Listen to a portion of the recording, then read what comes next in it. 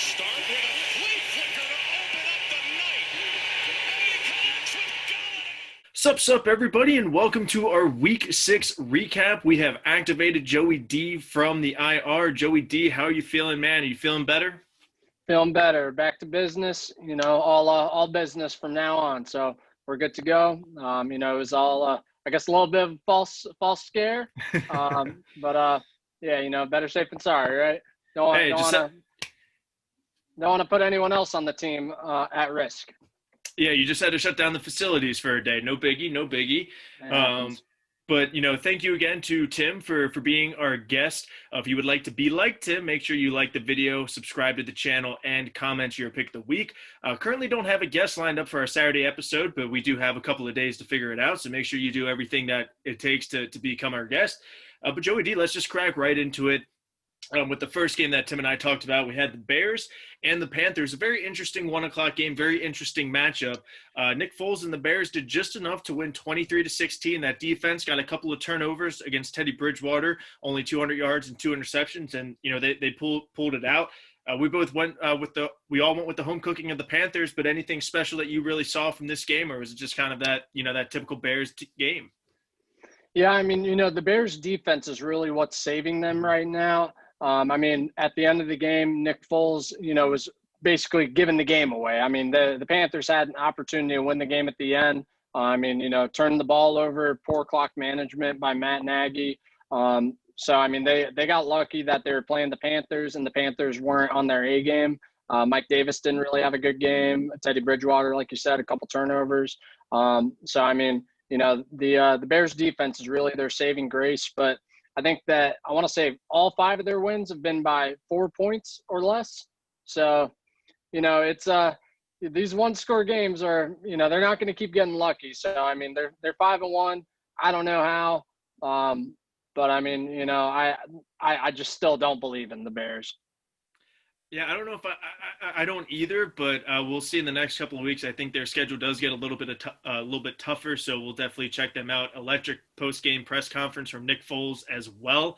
Of course. But that's it. We're all starting off 0-1, so this is it doesn't happen often. Well, I guess since you guys missed the Thursday night picks recently, Joe, I guess that's different for you. But let's move on to the Detroit Lions. You said 8-8, so they got win number 2. In Jacksonville against the Jaguars, winning 34-16. We all picked the Lions. This was pretty game over from the beginning. The Lions went up big, and there was never a doubt that they were going to win this game. Adrian Peterson and DeAndre Swift were running the ball really well. Matt Stafford had a 6 sidearm pass, and the Jaguars suck. Joe, your thoughts from Lions Jaguars? Yeah, definitely good to see the run game for the Lions start to get going. That's really important for them. DeAndre Swift over 100 yards, 2 touchdowns. That's the first time since Barry Sanders, a rookie, has gone over 100 yards and 2 touchdowns for the Detroit Lions. So it's been a long time. They need Swift to be an immediate contributor and keep putting together these kind of games. Like you said, Jaguars just suck. Gardner Minshew, he's not really making his case to be the franchise guy after that hot start the first 2 weeks. We'll see. But, not looking too good for them right now. Absolutely. Jaguars 1-15 is still in play. Can they do it? We'll find out in the coming weeks. Now we're moving to, the Atlanta Falcons. They fired Dan Quinn. They fired Dimitroff, their GM. And then they win a football game. Look, it was that simple. They could have done this a year and a half ago, and, maybe they'd be, pretty good right now. But the Falcons go up to Minnesota. We saw primetime Kirk Cousins at 1 o'clock as he threw a bunch of interceptions early on. Falcons in that offense went up early. Both Julio, Calvin Ridley, Hayden Hurst, they all had receiving touchdowns, so they were really spreading the ball around. Falcons win 40-23. Justin Jefferson had a great game again, Joe. 9 catches, 170 yards, 2 touchdowns. So what were your thoughts from the Falcons and, the poor performance from Kirk Cousins to start the game? Yeah, I picked the Falcons to win this game. I've said it before. I just don't believe in Kirk Cousins. I don't really necessarily believe in Atlanta, but I did feel like with the change in head coach, and they're going to come out with a little bit more juice, a little bit of different energy, different looks, similar to the way the Texans came out the other week. And so, I just kind of felt good about that pick in the moment. It worked out.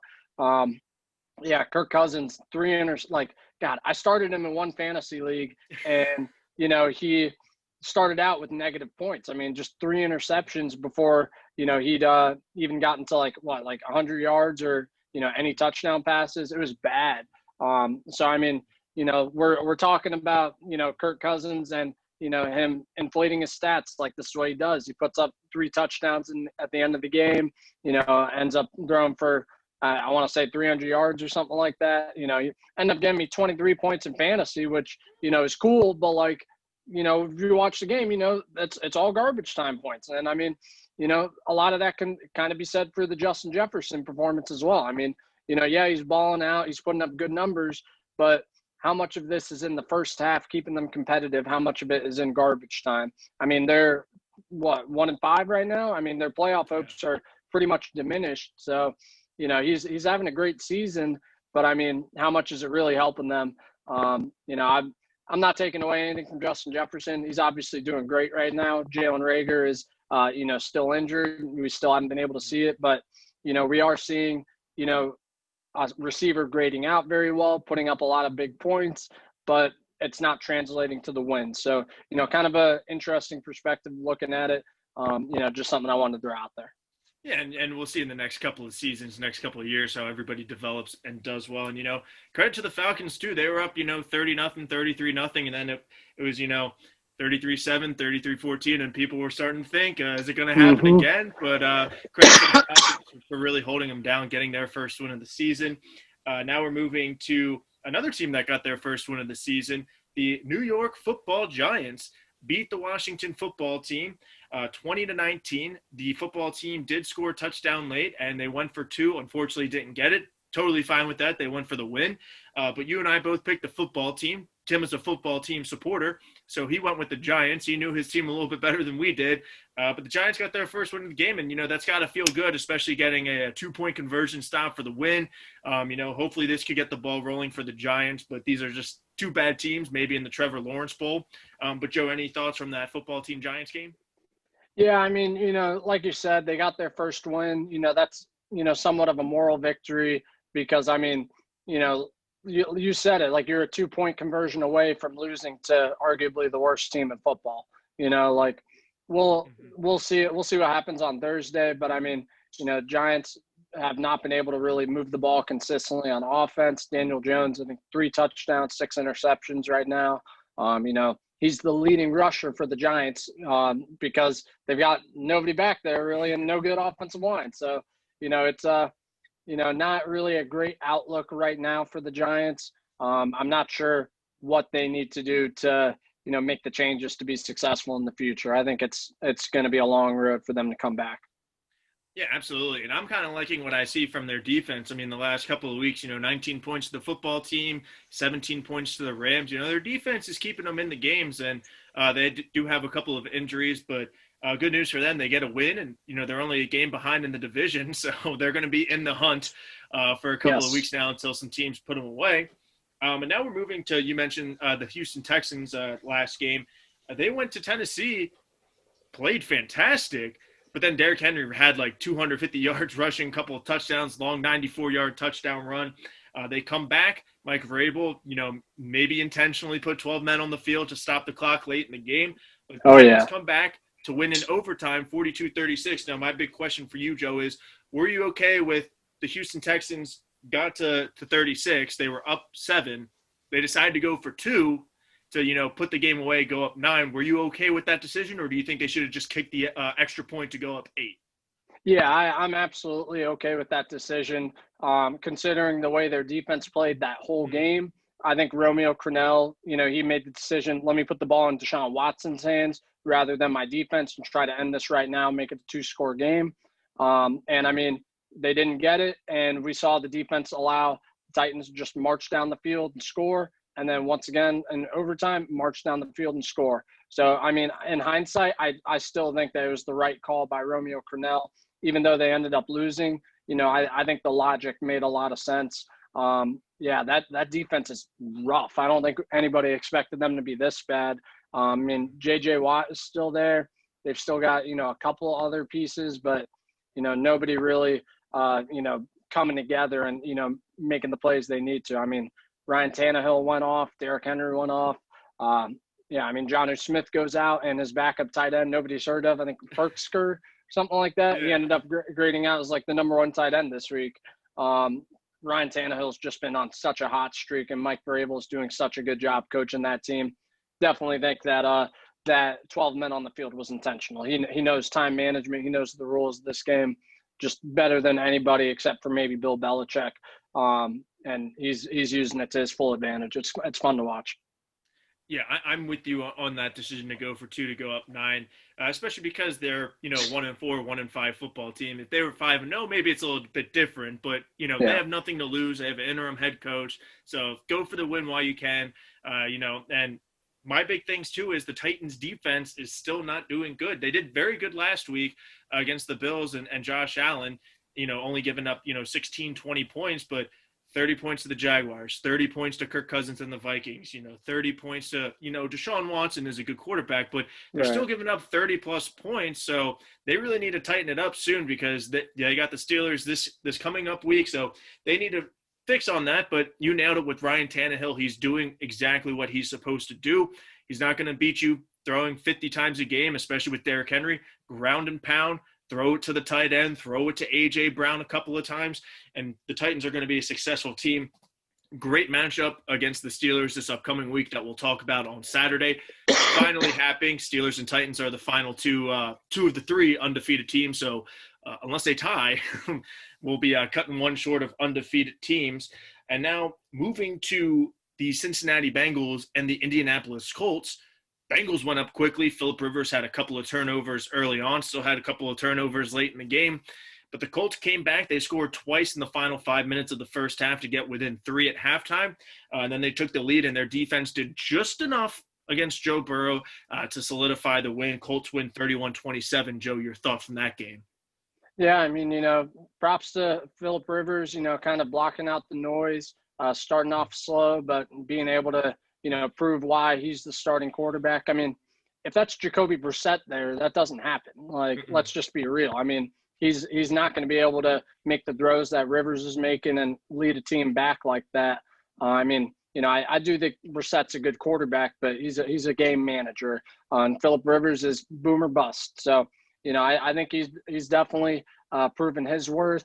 It was cool to see him get all of the receivers involved. I want to say 7 different receivers had at least 3 catches in that game.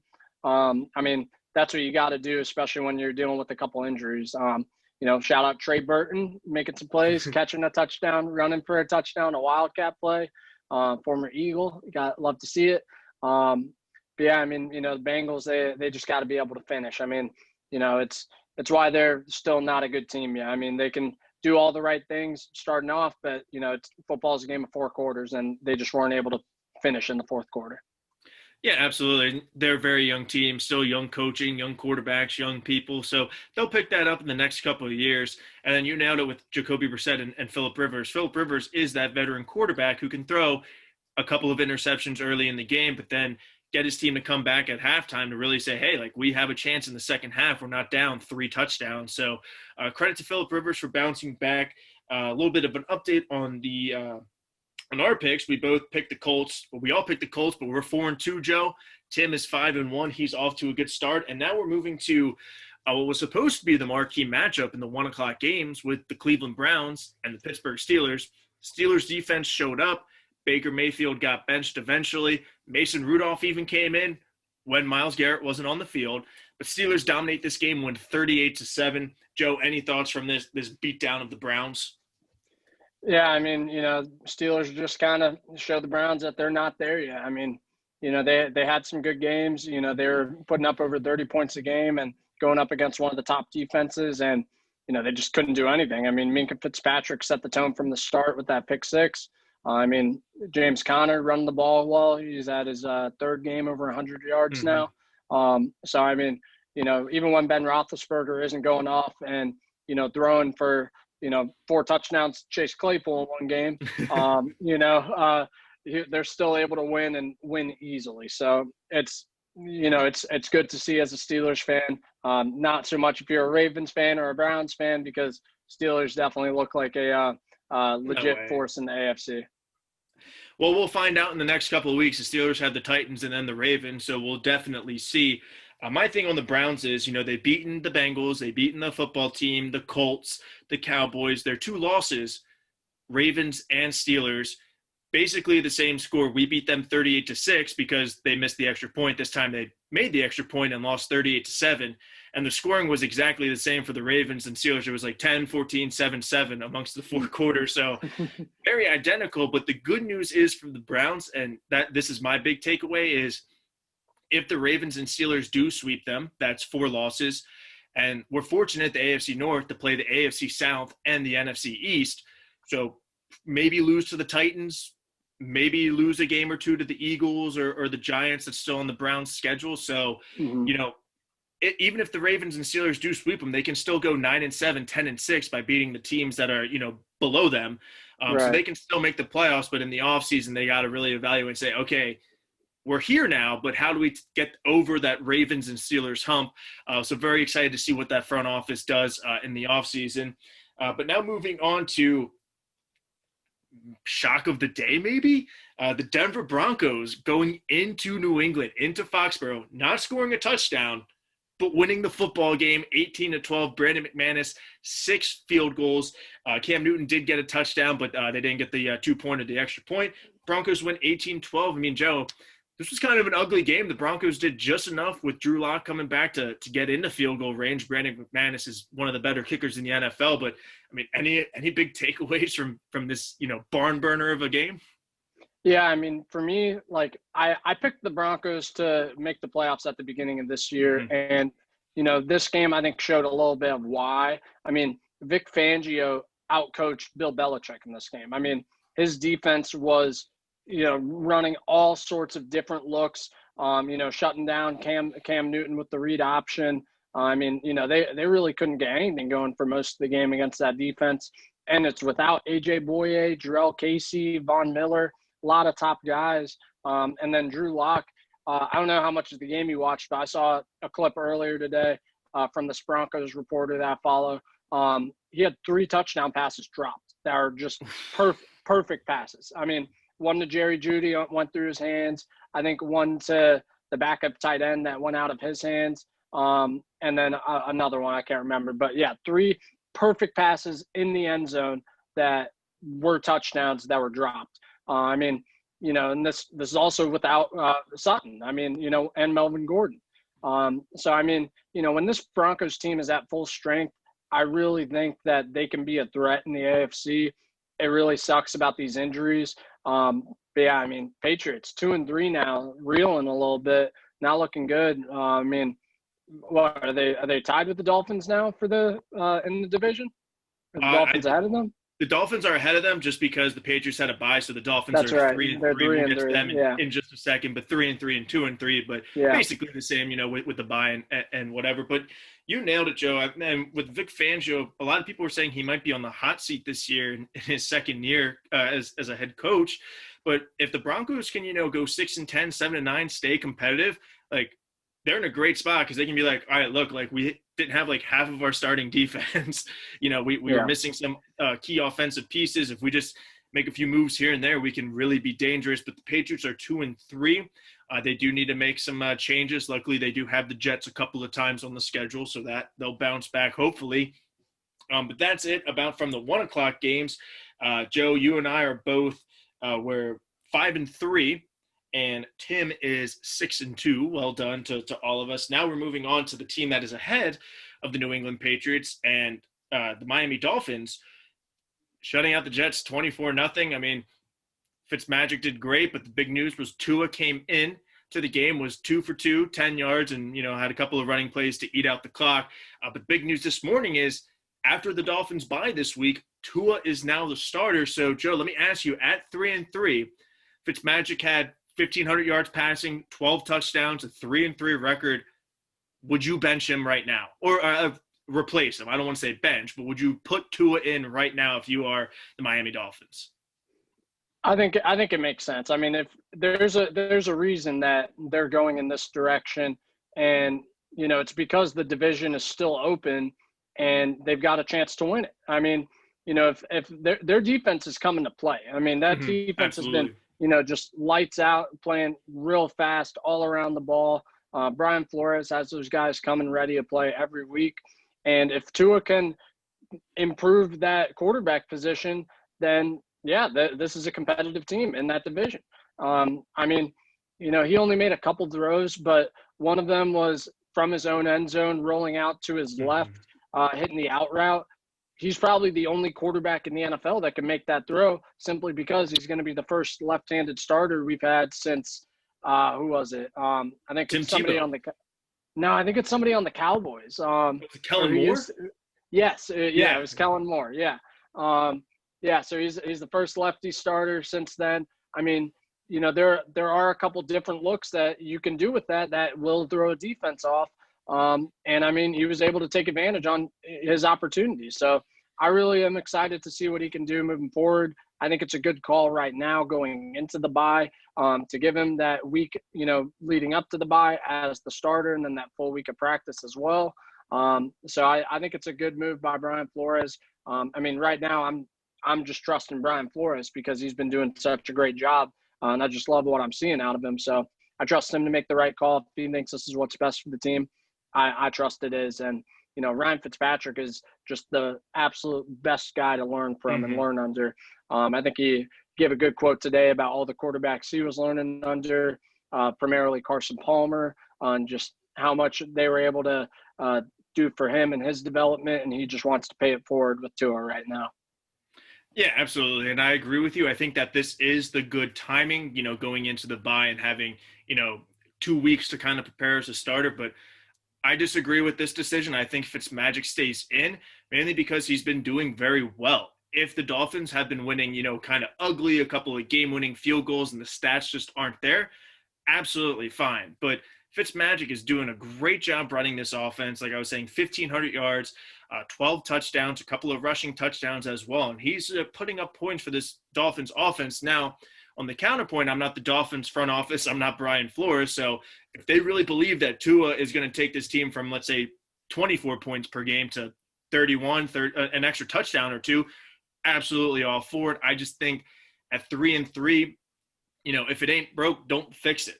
And I feel like they're trying to fix it now. Now, if they were to play Fitzmagic and after 2 weeks they're 3-5, sure, put in Tua. But I think right now Fitzmagic is your best option to win, and I hope I'm wrong. I'm very excited to see Tua play in the NFL. So we'll see. His first matchup is against Aaron Donald in the Rams front seven. So hopefully he's ready and agile. Let's say that. I think um, so. but I think moving on from the Jets and Dolphins, we now have what was supposed to be game of the day in the Packers and the Buccaneers. Packers went up very quickly, 10-0, then a pick six, then basically almost a pick six back-to-back for Aaron Rodgers. Swung the momentum over to the Bucs side. Bucs then dominated the rest of the second quarter and the second half, win 38-10. Joe, your thoughts from this Packers-Bucs game? Yeah, I mean, I picked the Packers to win this game. I was feeling good about I was feeling good about Aaron Rodgers. And just the way that offense has been looking, especially with Devontae Adams back. And I just kind of liked Aaron Rodgers a little bit more than Tom Brady in this matchup. But I didn't account for how good the Buccaneers defense really is. I mean, Levante David flying all over the place. Like he is in contention for Defensive Player of the Year right now.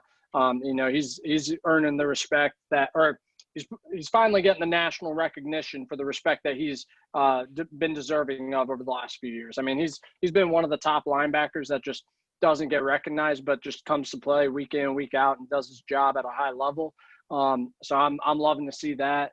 I mean, Ronald Jones out here just making plays, really taking the next step in year three. I mean, Rob Gronkowski is also starting to find his groove a little bit in the end zone, or in the red zone, I should say. So, the Buccaneers right now, they just look very dominant at very many levels. I mean, this might have been one of the most dominant wins we've seen of the season because of how they were able to do it. I mean, with the defense dominating, I mean, the run game doing great. I mean, Brady spreading the ball around to Godwin. Mike Evans didn't really do that much, but he didn't really need to. Gronkowski, their rookie out of Minnesota. I want to say Tyler Johnson. Could be wrong. Don't quote me on that. Yeah, I mean, Brady's doing a good job, and Buccaneers just look legit. So, I mean, if it all comes together for the Buccaneers, the ceiling is the Super Bowl. Yeah, absolutely. And I believe that rookie from Minnesota is Antoine Winfield Jr. in the secondary, unless they took another guy from Minnesota. But I know that was their second-round pick. I think they did, the wide receiver. Okay, well, sure. They like the Golden Gophers then. My big thing from this is, especially with the Bucs secondary, that's kind of their biggest weakness on the defensive side. Bunch of young guys. I don't want to say no names, but just kind of average defensive backs. And once you get a pick six, and then you get another interception immediately to swing the momentum when you're down 10 points and then down 3 points, that kind of gets you to believe a little bit. That kind of gets you saying, hey, like, this is Aaron Rodgers, but we just got 2 picks back to back. Like, we are that good, or we do have that ability to stop Aaron Rodgers. And credit to that Bucs defensive line in the front 7 to get pressure on him all game. And after those 2 interceptions, it was game over at that point. And your point to the offense, Brady spreading around the ball around. Gronk got his first touchdown of the season on a classic Brady Gronk to the post. So very excited to see what the Buccaneers can do. They do need to, do it consistently. We saw them do this against the Chargers with their offense. Then they went to Chicago, albeit on a short week, but then kind of not look good. Right. If they can really get that click, then they'll be good to go. And that was it for the 4 o'clock games, Joe. Only 2 of them. NFL, what's up? Like, come on. Now we're moving to Sunday Night Football, which we all picked the Rams. They lost to the 49ers 24-16. The 49ers, I don't want to say looked great by any means, especially since they represented the NFC in the Super Bowl last year. But Jimmy G looked healthy this game. He was really getting the ball to Kittle. Deebo Samuel now looks healthy. They were getting him more involved. And defensively, they stopped Jared Goff. I mean, Jared Goff was missing throws at the beginning of the game, and they just couldn't bounce back. They couldn't make those adjustments. So 49ers win. Joe, your thoughts from Sunday Night Football? Yeah, I mean, number one, Kyle Shanahan is just phenomenal as a head coach in his play calls and play designs. I mean, for the majority of that game, I'm pretty sure Jimmy G's average air yards were behind the line of scrimmage, like negative. I mean, it was all like screens, dump offs, slants. It was, very, very quick passes, get the ball out, just kind of get him comfortable, get his rhythm back. That Raheem Mostert injury is really unfortunate for them because, I mean, he brings a lot of juice to their run game and big plays. But I think leading up to this game, reporters asked Aaron Donald how he was going to stop Deebo Samuel, and his response was, "Who's that?" And he had no idea who he was. But I hope he knows after this game, since Deebo ended up having a great game. I think 6 catches, 66 yards, a touchdown, something like that. And he had the game-clinching play. It was like 3rd and 7. He ran for 8 yards, little like push pass. Yeah. So he got enough yards to get the first down and put it away. So yeah, Aaron Donald, man, his name is Deebo Samuel. Put some respect on his name. Yeah, I mean, that defense really showed up. Stifled that hot Rams offense. So it's definitely concerning for the Rams that they're kind of at full strength with all 3 of their running backs. None of their receivers are injured. Their O-line's fine. And the 49ers D is banged up, and they're able to shut them down. So, I've never been, as high on Sean McVay and his offense as a lot of people have been. I mean, he obviously went off against the Eagles a few weeks ago and made us look bad. But, I mean, it can be stopped. It can be defended. Absolutely. And, I mean, the 49ers had a great game plan and executed it well. Yeah, and the Rams offense and Sean McVay, need to figure it out, because next Monday night they play the Chicago Bears, a very stingy defense again, so they really need to pick it up. Luckily, I think their defense will do just fine against the Bears offense, so but we'll see if they can make the offensive adjustment. So now we're moving on to Monday night because of, this pandemic. We're having more Monday night games, which I'm all for. Starting at 5 o'clock, Chiefs, Bills. It was raining in Buffalo. That was that cold rain, 45 degrees. The Chiefs ran the ball very well. Edwards-Helaire did great. Chiefs win 26-17. The Bills have been struggling the last couple of weeks. That offense just hasn't been clicking, going up against, some decent defenses or at least some decent coaching. But Joe, your thoughts from the first Monday night game with the Chiefs winning?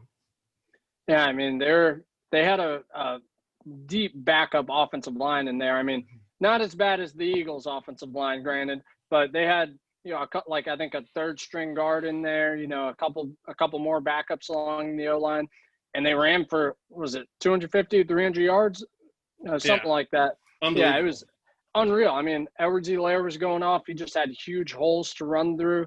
I mean, he was running for like 7-8 yards a carry the whole game. I mean, it was just if you're going to allow that to the Chiefs, then you're not going to win. I mean, if you're going to let the Chiefs run the ball, Andy Reid is not known for running the ball, and he ran the ball more than he pretty much ever has in his whole coaching career, because it was working. I mean, they just didn't stop it. I just didn't really like the Bills' defensive game plan. They didn't really send many blitzes at Mahomes. They just weren't able to stop the run. It's definitely concerning for the Bills on their defense is supposed to be their strength. And, they, slowed down the Chiefs to a degree, but if you're allowing that many rushing yards and that much time possession, I mean, you're not going to win the game. Yeah, absolutely. And, certainly not scoring 17 points against the Chiefs is going to do the job either offensively. And we saw early on, I don't know if it was the rain or what, but Josh Allen started like 0 for 5, 0 for 6. He was missing throws. He got a couple of drops. So against the Chiefs, you pretty much have to play a perfect game, like we saw last week with the Raiders. They're basically a perfect game, and you got to get some turnovers. And unfortunately, the Chiefs are just one of the best teams, probably the best team in the NFL, and they're scary now because they just showed everybody, like, hey, like, we'll run the entire game and beat you still. Like, so you better. And I was without Le'Veon. Yeah, and I'm very excited to see Le'Veon next week in that offense, especially with Allaire and maybe who knows. This is going to be a fun offense to watch. Hopefully the Ravens can beat them in the AFC Championship, but it's looking harder and harder now. Yeah. But yeah, Chiefs come out victorious, and now we're moving to the regularly scheduled game. Arizona Cardinals and Dallas Cowboys. Andy Dalton's first start, replacing Dak Prescott, did not look good. I'm not worried, but it was the Kyler Murray show. He stays undefeated in that stadium, which was said about 150 times in the broadcast. The Cardinals win 38-10. Would have been a little bit of a closer game, but DeAndre Hopkins had a big catch to set up a touchdown. Kenyon Drake, running out the clock, had a 70-yard touchdown run, which I'm sure won or lost many fantasy matchups. It definitely helped my matchup put it away. But Cardinals win. Joe, any thoughts from, the Cardinals or the Cowboys, both? What were your thoughts from the game? Yeah, I mean, for the Cowboys, I think they should definitely be concerned. I mean, if Andy Dalton's going to be successful, they have to be able to run the ball successfully. And right now, Zeke looks like a shell of his former self. Mm-hmm. I mean, putting the ball on the ground, and I think he's got 5 fumbles, which leads the league right now. He had 2 last night. I mean, exactly. I mean, it's like he just keeps doing it, and we're only 6 games in the season. It's just been bad. Nothing's really going well for the Cowboys right now. I mean, the defense is just atrocious. Like, people are running wide open left and right. I mean, their O-line, they had another starter go down, and Zach Martin. I mean, they're down almost. The Cowboys pretty much have as close to anyone else, maybe the 49ers, as close to the Eagles' amount of injuries. I mean, they have a lot, and they can have all these stud receivers, but if you can't have any time to throw, it's not going to help. They can't get down the field. It's all run after the catch. I mean, you can game plan for that. So yeah, I mean, the Cardinals without Chandler Jones able to still stifle Andy Dalton and a red hot Dallas offense. So it's interesting to me. I think that Dak Prescott probably made himself more money last night just seeing how Andy Dalton performed with pretty much the same setup. I mean, he was also dealing with injuries at the O-line. It was night and day. So yeah, not good for the Cowboys. And we'll see too, because primetime Andy Dalton's not good. It's no primetime Kirk Cousins, but still, not performing well. And I think give another couple of weeks, and we'll really see if Dak does earn this contract, or if they turn things around. But they have too many weapons where it's like, if you shut down Zeke, okay, fine. We have CeeDee Lamb, Amari Cooper, Dalton Schultz, Michael Gallup. Or it's like, okay, fine, you stop the passing game. We have Zeke Elliott and then Tony Pollard. So, the Cowboys do have the pieces, and we'll see if Andy Dalton can kind of click with this offense. But a couple of reports today about the coaching staff. Were you reading about that, Joe? I mean, Yeah. that's not good, especially when you hired a new coach and a coaching staff this season. I mean, basically the players were saying that they come unprepared, especially when Mike McCarthy said last night that he thought that this was the most prepared week they were this season. And then the players the next morning being like, yeah, no, they weren't prepared at all. I mean, that's a lot of turmoil for a team, especially who losing your quarterback. Oh, yeah. I mean, it's classic Dallas. Like, once things start going bad, I mean, they go from bad to worse real fast in Dallas. Like, a lot of it has to do with self-implosion. I mean, they've constantly been their own worst enemy. This is no different. I mean, if you're a professional organization, you got to try to keep the stuff in-house. And apparently there was a report that they had bought in on keeping it in-house. I don't know why you have to buy in on that in the first place. And then I guess this loss pushes people over the edge. I don't really get that. But yeah, I mean, it just doesn't seem like a very well-functioning organization that can handle losing. Yeah, absolutely. And if it's any consolation prize, and I know we've said this before, they're still in first place in the NFC East. Yeah. Now, that'll probably change soon. But now, Joe, the game that everybody wants to hear us talk about, the Ravens and the Eagles. Boy, did the Eagles make it interesting, and boy, was I sweating. I was talking a lot of trash talk before the game and in the first half, and then I was pretty silent in the fourth quarter to a bunch of my friends who are Eagles fans. Joe, Aaron, Maddie, Amy, what's up? Say hello in the comments. But I got real quiet in the fourth quarter, but the Ravens pulled away 30-28. Joe, I know we'll be talking about the Eagles in just a second with their Thursday night game, so let's be a little conscious of our time. I'll put on the timer. You get 2 minutes, I get 2 minutes, and then we'll see where the conversation goes. Does that sound good to you? Sounds good. Awesome. And your 2 minutes starts in 3, 2, 1, go. So, yeah, when this game started, I mean, the big concern was, is our offensive line going to be able to hold up against, a really strong Ravens defense? Can our receivers get open? And, I mean, off the bat, we saw first play, Calais Campbell sacks Carson Wentz after just blowing past Jamon Brown, our fourth-string right guard.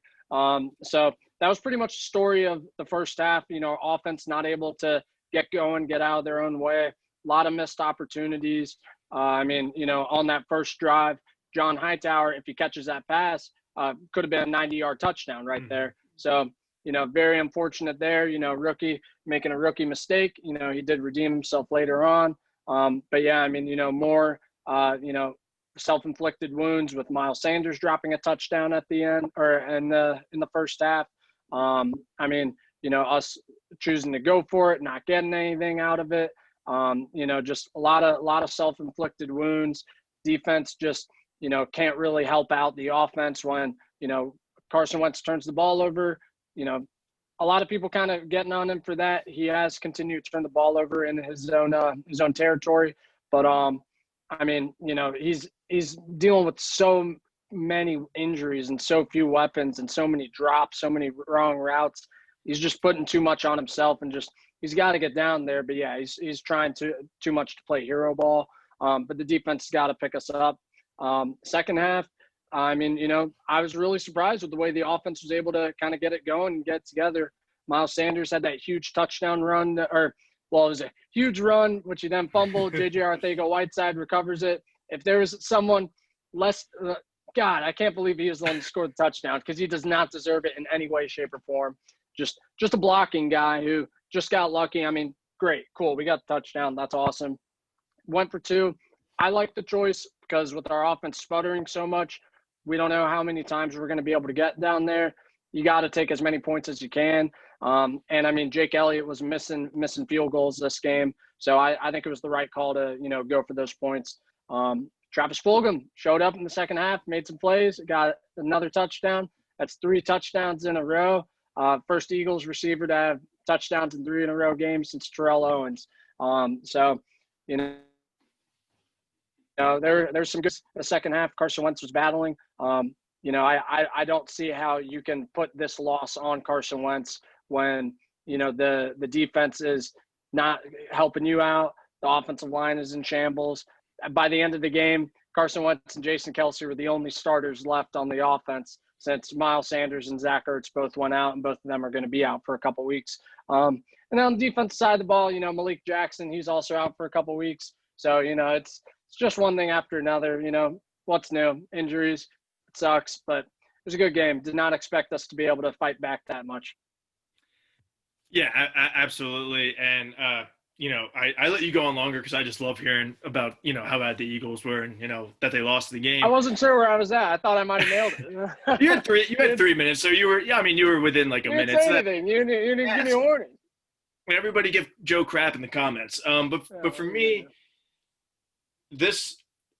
I don't know what to say about the Ravens because our offense puts up 30 or more points, and I just feel like it's not enough. But you nailed it. I'll just kind of go off what you're saying. Calais Campbell, this is why we traded for him. We needed a pass rush. He had 3 sacks, especially without Brandon Williams, without Derek Wolfe. So Calais was getting in Carson Wentz's face the entire game. That's what we needed. That's why we got him. Patrick Queen, Defensive Rookie of the Year. Without a doubt, that was a great draft pick by the Ravens. Marlon Humphrey punching the football out. There were a lot of forced fumbles, a lot of, almost forced fumbles. Went out of bounds. Yeah, but, so he was almost bounced to the first down, too. It almost got us the first down. Almost did. And my thing, too, is, with the comeback at the Eagles, it was very good by Carson Wentz. He was taking some hits, still staying in the pocket, making throws. The receivers were getting open. But, when your defense is on the field for almost the entire fourth quarter, of course you're going to, give up some yards, give up some points. So offensively, Lamar, man, I love you. I got you on my shirt, Thriller. I got your jersey right there. But can you not throw sidearm every single pass? And I think this is so part of him being a young quarterback. We've seen in the last couple of weeks he's gotten really good of, either throwing it away or just running out of bounds or kind of going down and taking that 4 or 5 yard 6 loss on the sack. So that's happening a little bit more, but I feel like he's still trying to always make a play on every play, always see if we can get that, receivers just run around, somebody gets open. So sometimes it's okay, Lamar, to throw the ball away or just go down, take that 5 yard loss on the sack. And I've been saying this, our offense is built on getting, 4 to 6 yards on first down. We're at 2nd and 4. Based on our analytics, we have 3 plays. We'll run the ball on 2nd and 4, 3rd and 4, 4th and 4, depending, as long as we're not on like our own 5. We're going to go for it more than likely. So our offense is built on, 2nd and 4, 3rd and 3, 4th and 2. It's not built on 2nd and 10, 2nd and 15 with all these penalties. 13 penalties for 130, 140 penalty yards. That's inexcusable. A lot of teams don't win when you have 10 or more penalties. So it's good news that we're going into the bye this week, especially with the Steelers in week 8. We do have a lot of stuff to work on, but luckily I trust our coaching staff. I trust the front office to kind of tighten up that discipline. That way we're not having holding. But I don't want to say I need to see more from the offense because we're putting up 30 points. Obviously, there are a lot of teams that would love 30 points per game, but we need to be a little bit more dominant. And I think part of it was a lot of us as Ravens fans, we were spoiled last year. We were up 40-0 at halftime in like half of our game. So we were a little bit spoiled. So I think that comes with it. And, we'll see in the coming weeks with the bye. We're very good coming off a bye, so we'll see in our matchup against the Steelers. But it was a great game. Glad it was entertaining. I'm kind of glad the Eagles made it, mainly for this conversation. If we just pulled away and won like 31-3, it'd be like, all right. But it was a good game. Maybe we'll see in the Super Bowl, the 12-4 Ravens versus the 6-10 Eagles. But that's it for the week. Joe, you went 8-6 mainly because you did pick the Eagles, which I understand. I went 9-5, and our guest Tim went 9-5 as well. The flea flicker curse lives on. Now, good news, it's a winning record. 9-5 will probably get you into the playoffs. But can our guest this week and this weekend for week 7, can they get over the 9-5 hump? There might be a little bit less games, so we'll go off win percentage with that. But Joe, that was a fun week of the week 6 of the NFL season. Now moving on to week 7, we were just talking about the Eagles. You guys host the New York Football Giants on Thursday Night Football. Currently, you guys are a 4-point favorite. The over-under is 43. So, Joe, give me some of your thoughts from the game. What do you need to see from the Eagles? And, this, I don't want to say it's a must win, but this is a gotta win. Yeah, I mean, we should be able to win our next 3 games. Or I mean, it's important. Like if we can go, because we have a tough stretch coming up. But I mean, we've got the Giants this week, we've got the Cowboys, we've got our bye, and then we've got the Giants again. So if we can win those 3 games, be 4-4-1 going into this tough stretch, and maybe squeeze out 1 or 2 wins in that stretch, and then close out against the football team. We could end up sneaking into the playoffs at 6-10 or 7-9, something like that. Or gosh, I guess 6-9-1 or 7-8-1 or whatever. Well, 6-9-1 would be a very nice record. That would be cool. That'd be cool. Yeah, I mean, gosh, we're decimated by injuries once again. I mean, we had our rookie Jack Driscoll starting at right tackle. He got carted off, so now we're down to our 3rd string right tackle, Brett Toth. Jamon Brown's got to go. Like, this man was literally like, he got pancaked. He gets up and he starts adjusting his gloves while the play is still going on and once he's running for his life. I don't know if you saw that clip, but he's got to go. I mean, we've got to be able to be creative. Like, Miles Sanders isn't going to play, so it's going to be Boston Scott. It's going to be Corey Clement. Maybe we bring up Elijah Holyfield from the practice squad. That would be a smart move, because Clement hasn't really shown much. Scott hasn't really shown much. I mean, God, it's going to be rough. Wentz is going to have to, keep playing hero ball, keep playing at a high level. And Fulgham's going to have to show up on offense, because we just don't really have that many threats. Hopefully Deshaun Jackson is back this week. That would be very big for the entire team, because, I mean, we just need some weapons, need some people that Wentz can, throw the ball to and get the ball out of his hands quick and make some plays with the ball in their hands. But I think that we should be able to win this game. The Giants aren't going to be able to run the ball at all against us. It's really a matter of containing Daniel Jones on those runs and forcing him to beat you with these pedestrian wide receivers and tight ends that they have. Our D-line should be able to take over this game. And I mean, that's what we got to do. That's how, I mean, it's going to be ugly.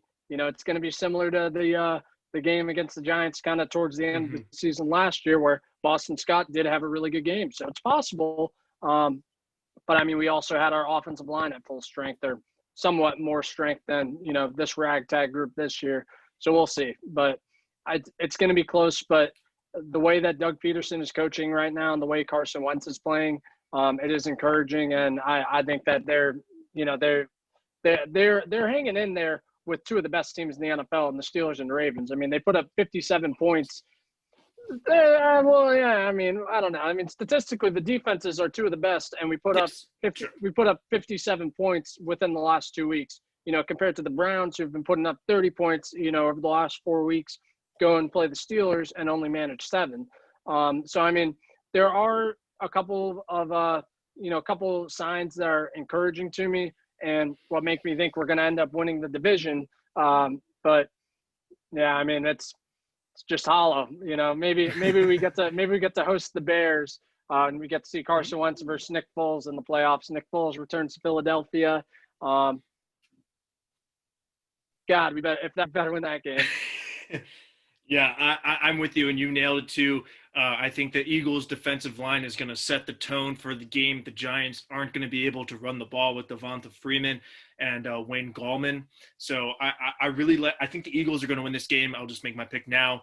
And it's going to be that ugly game like that Monday night last year, that 20-14, 20-17 in overtime type of game. I don't think Daniel Jones is going to win with that. You nailed it, those pedestrian wide receivers. I like the Eagles. And I'm also going with just the coaching, first-year head coach, versus a veteran head coach in Doug Peterson. Not saying Doug Peterson's been the greatest coach this season, but I think he'll have the Eagles more prepared with all the injuries than Joe Judge will. And I think the defensive line is going to dominate, force Daniel Jones to throw the ball. And I just like the Eagles in this game. And, we'll see Travis Fulgham. Hopefully he can show up in this game. So I'm going with the Eagles as well. And hopefully we can have one thing as well with the Miles Sanders injury. I think we could see a little bit more Jalen Hurts running the ball. There's been some people talking about just putting him in at running back. I mean, just put him there. Like he's making plays with the ball in his hands, but I don't think that's the right move. But I do think that incorporating him more, give the offense a little bit more of a spark, a little bit more, of a threat, someone that the defense is keying on. I mean, on Miles Sanders' long run against the Ravens, Jalen Hurts went in motion from the wide receiver position, kind of on a bubble screen in the backfield, and a couple defensive players keyed on that. Jason Kelce makes a huge block, and Miles Sanders was off to the races. So, just having him on the field does add a different dimension to the offense.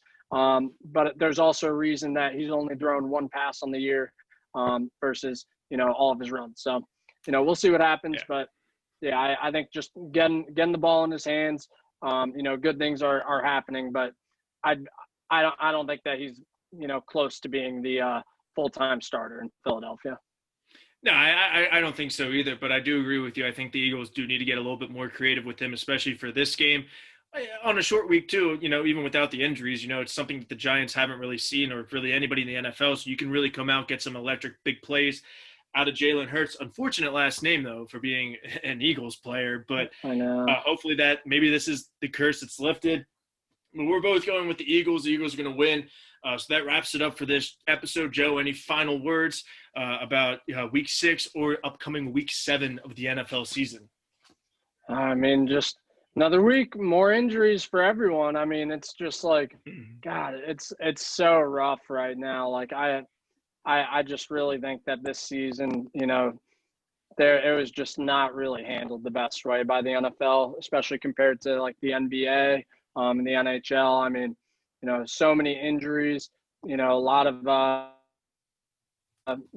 COVID test positive. Looks like the Titans are not going to be facing any disciplinary action. But karma, they did have Taylor Lewan tear his ACL, which is terrible, and you hate to see. I mean, one of the best left tackles in the NFL. So, just like I said, another example of, injuries on this injury-riddled year. Just really makes it, a lot tougher to watch and a lot, less entertaining when all these big stars aren't playing. Yeah, absolutely. Big injury for the Titans and Taylor Lewan. I do have a little bit of a personal story and connection with him, so we'll leave it at that. But yeah, hopefully the Titans do get some sort of penalty, especially if it does happen again. But I'm with you. We're in Week 7. I'm still excited that football's happening. Hopefully we have a happy recap when we record Saturday morning from Thursday Night Football. And we still need a guest, as I said at the beginning of the episode. So if you would like to be our guest, like this video, subscribe to the channel, and comment your pick for either Thursday Night Football or give Joe crap in the comments, give myself crap in the comments, whatever you want. And then hopefully we'll be in contact about being a guest on the show. But until then, everybody, let's enjoy Thursday Night Football, and we will see you on Saturday. Peace.